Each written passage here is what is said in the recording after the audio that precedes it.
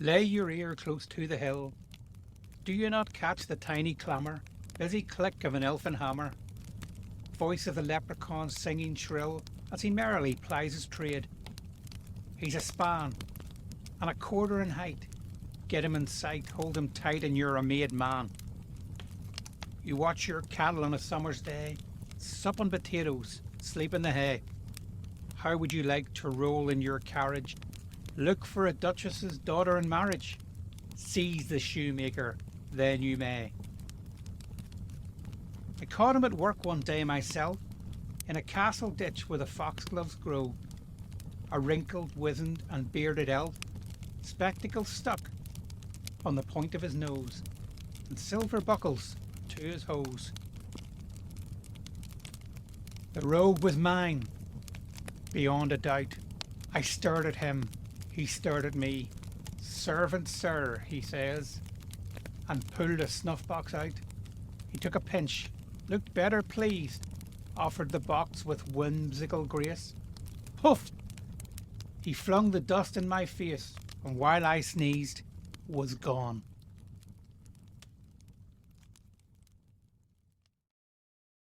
I know all the folks round these arts and parts.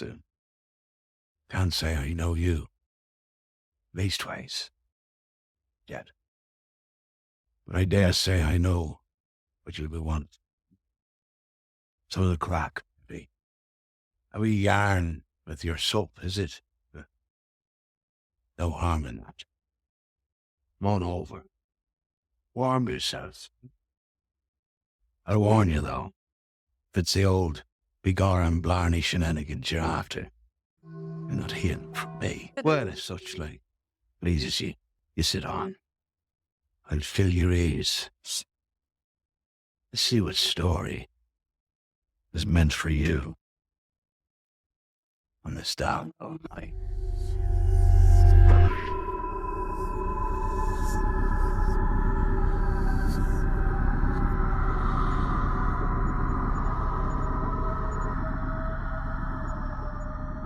I'm Chris. I'm Spence. And this is the Irish Gothic Podcast.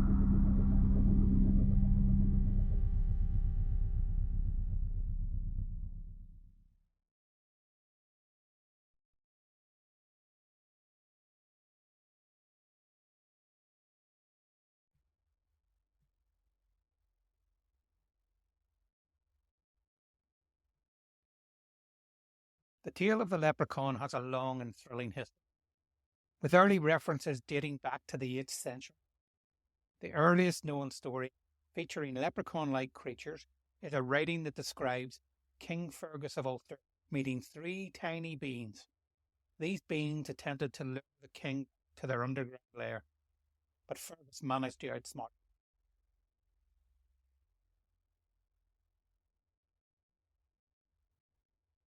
So it's incredible, Chris, that you lead these stories of leprechauns that go so far back, and we all have that modern day depiction, be it from movies or cereal boxes or T-shirts in a tourist shop.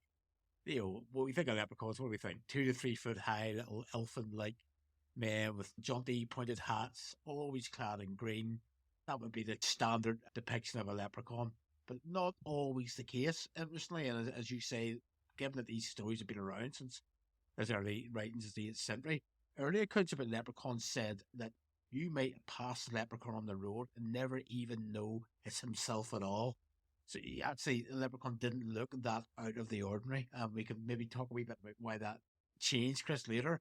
Even the whole colour green thing, Samuel Lover in his novel The Legends and Stories of Ireland, he describes him as predominantly wearing red. You know, the green seemed to come later.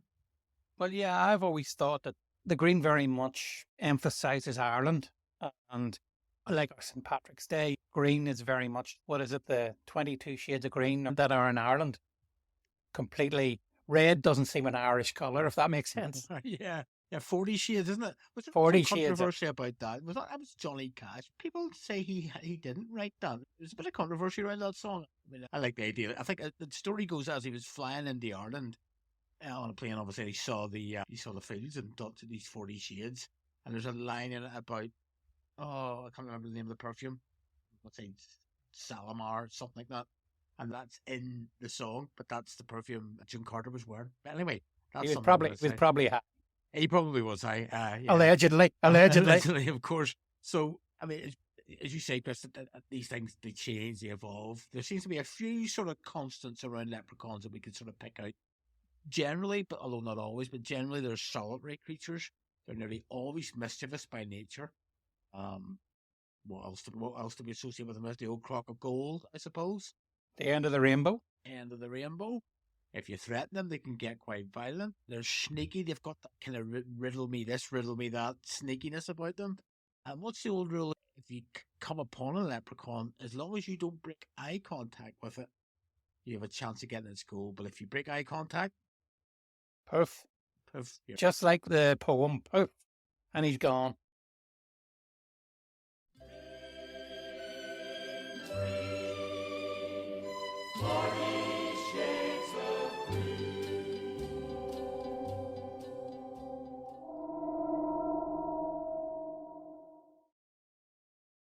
Well, Spence, have you ever wondered where the origin of the word leprechaun comes from?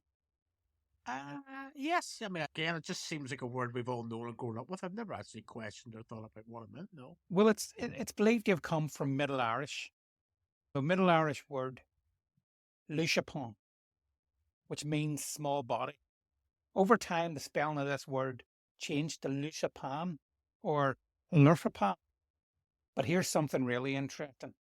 Some research suggests that it might even have roots in the Roman festival of Lupercalia and the Lupus priests. Another link to the word is Leithbrogan, which means one shoe, because leprechauns were always often seen only working on one shoe. Oh, nice. It's only ever one shoe. I don't know where the other one went, but No. there's certainly, Maybe, yeah. And the only sort of fairy creatures that seem to have a trade.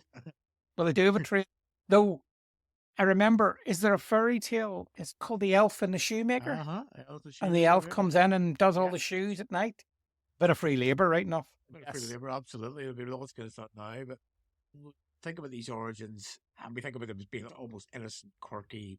Think about leprechauns of being divine in any way, but there is a school of thought that they're actually descendants of the Dullahan. You know, they're magical beings that served under the Gaelic gods Danu, and according to legend, this group lived in Ireland long before humans inhabited the land. McNally Jr.'s Irish Wonders book from the 19th century, he described that the origins of the leprechaun were actually that they were of low descent. So they weren't of the Dullahan, they were low descent. The father being an evil spirit and the mother being a degenerate fairy. So quite a checkered origin story there for our jaunty little leprechauns. Well, I mean, leprechauns aren't just golden guardians, as we all know. They were often described as solitary creatures. You can hear them coming by their tapping sounds. They're usually small bearded men in that little red coat and hat. Always quite miserly too, Chris, aren't they? Well, that goes with it. I mean, I'm probably describing you, Spence. I mean, as Yeats wrote, is seen sitting under a hedge, mending a shoe, and one who catches him can deliver up his crocks of gold. Crocks. It makes me think of the shoes.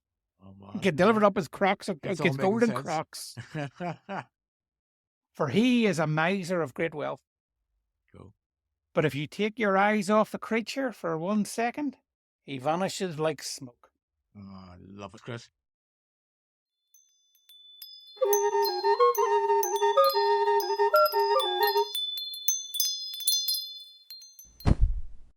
When I looked at it, there was tons of different types of leprechauns from different regions. Is that true? Yep, no, that is true. Yeah, and that took me by surprise because we've all grown up more or less with the same version. So in Ulster, for example, the Lochary man would be the name, and he would wear a uniform sort of equivalent to a British regiment, red coat, white breeches. Instead of the cap, he wore a broad-brimmed, high-pointed hat, and a wee bit partial to standing upside down when he was up there with mischievous. He'd leap up on the walls, spin, and balance himself on the tip of his hat with his heels in the air. So that's your Lochary man from Ulster. We have the Leprechaun from Tipperary. Excuse my pronunciation. The leprechaun's been with us so long now it rolls off the tongue. But these Tipperary leprechauns would be depicted wearing antique slash jacket, again red, peaks all around, wearing a jockey's cap, and they'd have a sword, which they would also use as a magic wand. They have the Kerry, another little fellow with a jolly round face, known as the Leprechaun. And he had a cutaway jacket. He had 7 rows of 7 buttons in each row. He wore full dress. He had a helmet which was several sizes too large for him, and headgear. And I think that's one of the things they would say about the leprechaun, Chris, that they would be quite tetchy about their size, and the hats generally are pointy and big to try and give the impression that they're taller. And this one's an interesting one. Get the pronunciation right here. The Cluricon. He's described, well, a couple of different ways. He's either a different species of leprechaun altogether, like a cousin of a leprechaun, or some people think he is what a leprechaun becomes at night. All right, and I'll tell you a little bit about him. So he's usually clad in red or wine-coloured clothing, very solitary around Kerry and Monaghan, fondness for mischief at night time, especially in wine cellars, Chris, and wine stores and bars. Sounds like me. Yep, he's always described as drunk and very surly. Yep. Yeah, the comparisons keep Have coming. been described as drunk. And when pushed to it, they'd take vengeance on someone by poking them in the eye with a sharp stick on the point of their hat. So some people actually believe that, yes, that they're just cousins of leprechauns, a different species of leprechaun. But others say actually no, that this is what happens to a leprechaun after a hard day's guarding its gold. At night becomes this surly, drunken, raucous creature, which is really often can be seen riding around at night on the backs of animals. So I mean, that's just 4 types of leprechauns. There's probably many more, but each one has its own treasure trove of stories.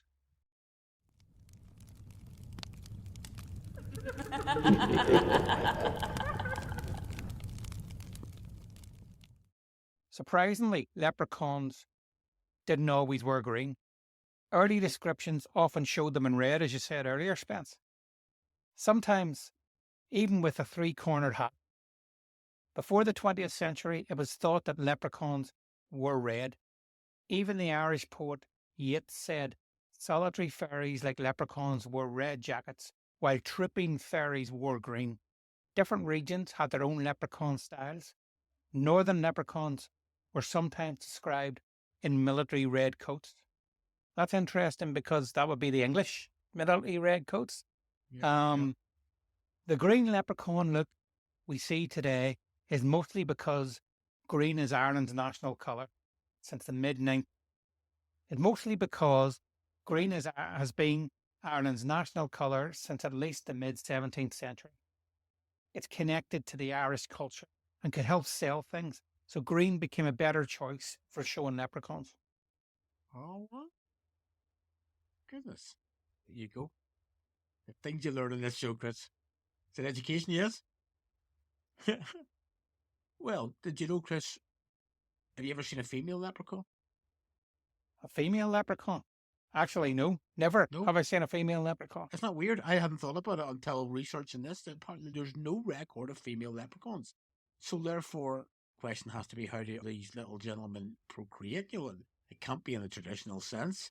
Some people say that because the leprechauns themselves are the unwanted children, bless them, of the fairy community, as a result, they're grouchy, untrusting, solitary creatures who don't have a partner and can't have children. So, a very interesting side to the leprechaun's life. In the magical world of Fae, leprechauns stand out as unique creatures, often living alone. Unlike other Irish fairies, like the Asai or the Good People, leprechauns are considered a separate type of solitary fairy. It's important to note that leprechauns are distinct from the Asai of the fairy mounds, who often are portrayed as more frightening and capable of taking children away. Oh, yeah, my goodness. And when it comes to them being solitary, Chris, you'd never see a female leprechaun. They are in Lord of the Rings, but they're not leprechauns. I never thought about it until researching this. There's no record of female leprechauns. So how do our little gentlemen procreate? It can't be the traditional sense we would recognise. Some sources say that because leprechauns themselves are the unwanted children of the fairies, That's why they're grouchy, that's why they're untrusting, that's why they're solitary, and that's why they themselves are alone and without children. So, another little facet to the leprechaun story I certainly didn't know. Have you ever wondered where these tiny shoemaking and sometimes grumpy creatures come from? Well, some folks believe they have ancient Irish roots. From gods to tricksters, the leprechaun's history is a real mystery. Some theories say they are connected to the god of sun and crafts. But as Christianity spread, Lou's importance faded, and he became part of folklore. People sometimes called him Stooping Lou because he was a fairy craftsman. Others think the leprechaun might be related to early mentions of water sprites as well. Well, if you said that first story, Chris, you quoted where King Fergus was sort of accosted by leprechauns, that they tried to drag him to their sea lair. And that's not something, I think he fell asleep on the beach. And he woke to find these three little bodies around him. They tried to drag him into their undersea lair, as you were saying earlier. So, you don't associate leprechauns with living in the sea. You think of caves or hole trees or under a edge or deep in a cave or rabbit holes even. So, so many stories and so many variations, I guess, handed down from generation to generation.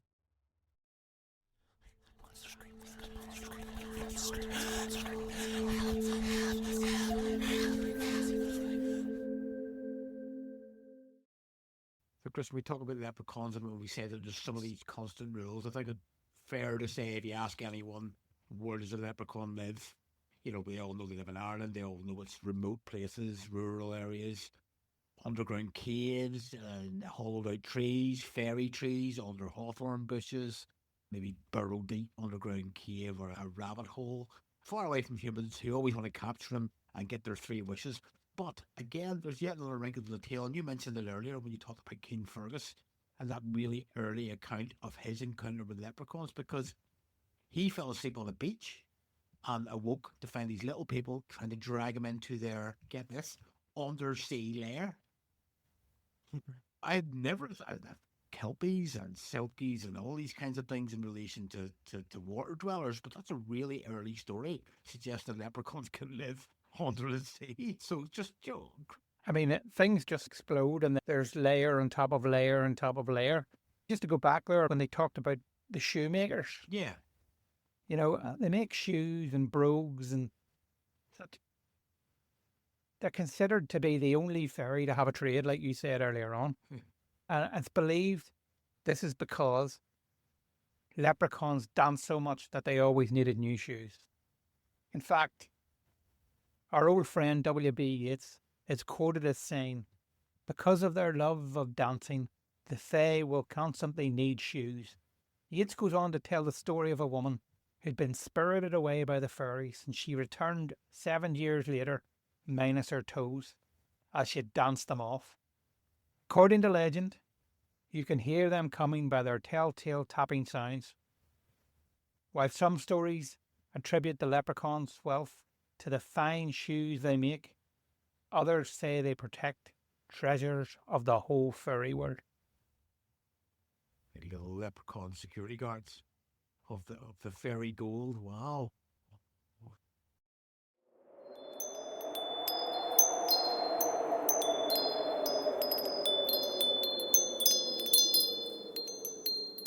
So it might be an idea to maybe just take a step back from the origins and the history and the etymology of it all, and maybe just enjoy a couple of actual leprechaun tales. And this is the real reason these creatures endure, because the tales associated with them are so fun as much as anything else. One of my favourites is the story of Dennis O'Brien from Tipperary, bit of a scoundrel, bit of a rogue. And they always say that in any leprechaun story, when a leprechaun gets caught, you have to be very, very clever to try and outwit a leprechaun, because they're wily wee rascals, and they've got lots of tricks up their sleeve to stop you getting near their gold. And anybody who actually does succeed in catching a leprechaun, it usually doesn't end all that well for them. They're very, very happy endings. The leprechaun's always one step ahead.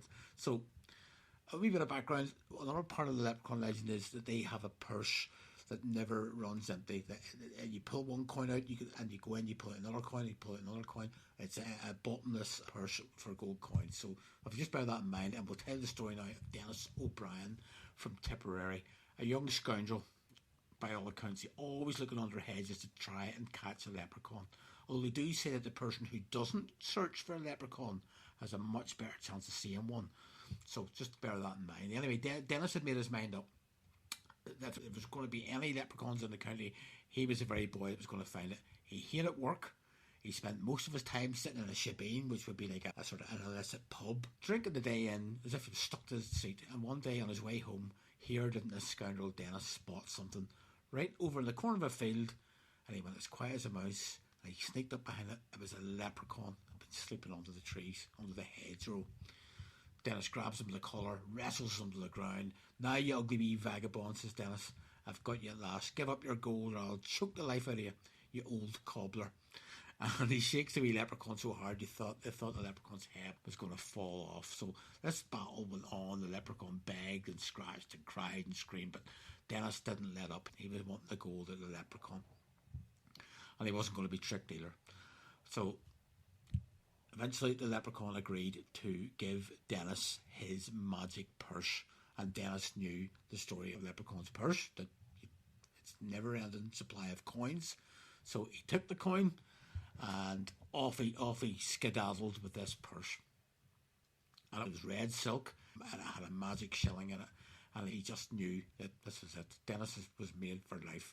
And he said to himself, you know what, I'm going to eat my fill. I'm going to drink till a steam engine can squeeze another drop down my neck. And off he goes to Miss Clooney's shipping. And here he found Paddy Grogan, Tim O'Donovan, another man associated with a leprechaun encounter, and a few other locals. And they're all sat around a table. And up pulls Dennis's seat. And where's your money? Said Mrs. Clooney, the bar lady, to him, because he never had a penny on him. Don't you worry, says Dennis. I have all the money you'll need. You penny scraping old skeleton, he called her. He was getting very brave because he had this. Just bring me your best drink, and he bought drinks for the guys around him, and you're all going to drink at my expense tonight. And so they did. 1, 2, 3, 4, 5 rounds of drinks come in. Then Dennis ordered the finest food. But Mrs. Clooney, she was getting a bit suspicious by this stage, and she crossed her lips and she said, look, not until you've paid for what you've already had. I'm not giving you no more. So Dennis pulls out the magic purse to show everyone what it was, where he got it. It was a leprechaun gave it to you. They all said it, and Dennis said it was.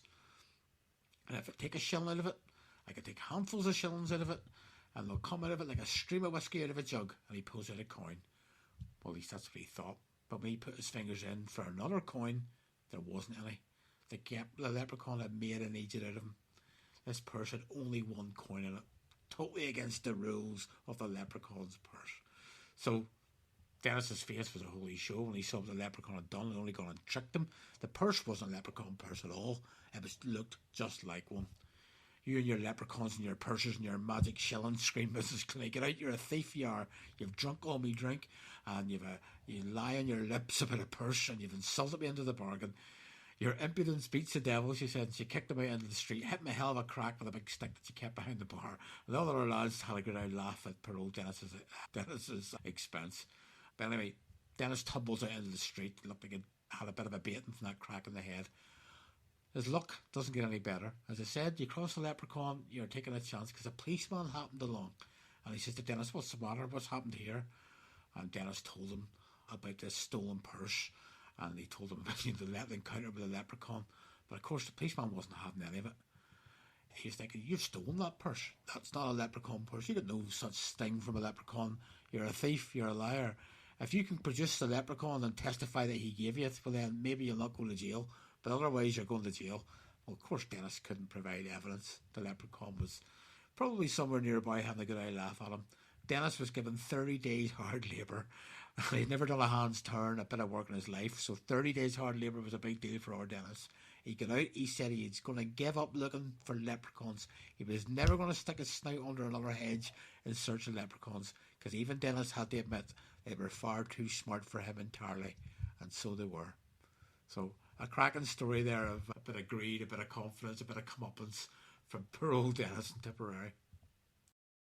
Well, folks, that's us for this week.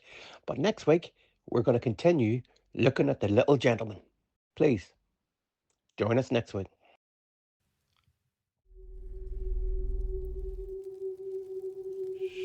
Looks like your story has found you. I wish it were another. But what's meant for you won't go by you. I'm sorry. No. No need to look so scared, eh? Enjoy the fire. Have a sup. Sure. Isn't it all just Irish Gothic? All just Irish Gothic.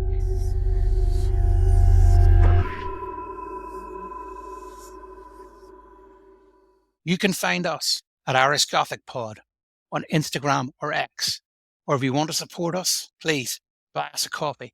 And look, while you're there, give us a follow to keep up with all things in the Irish Gothic Podcast. Send us any Irish myths, legends, stories that you'd like us to delve into next. The Irish Gothic Podcast was brought to you by Causeway Pictures. It's hosted by Chris Patterson and Spence Wright and was produced by Rebecca Alcorn. All rights reserved. Check out our other podcast, Hostage to the Devil, which delves into the dark world of possession and exorcism. You can get it wherever you get your podcasts.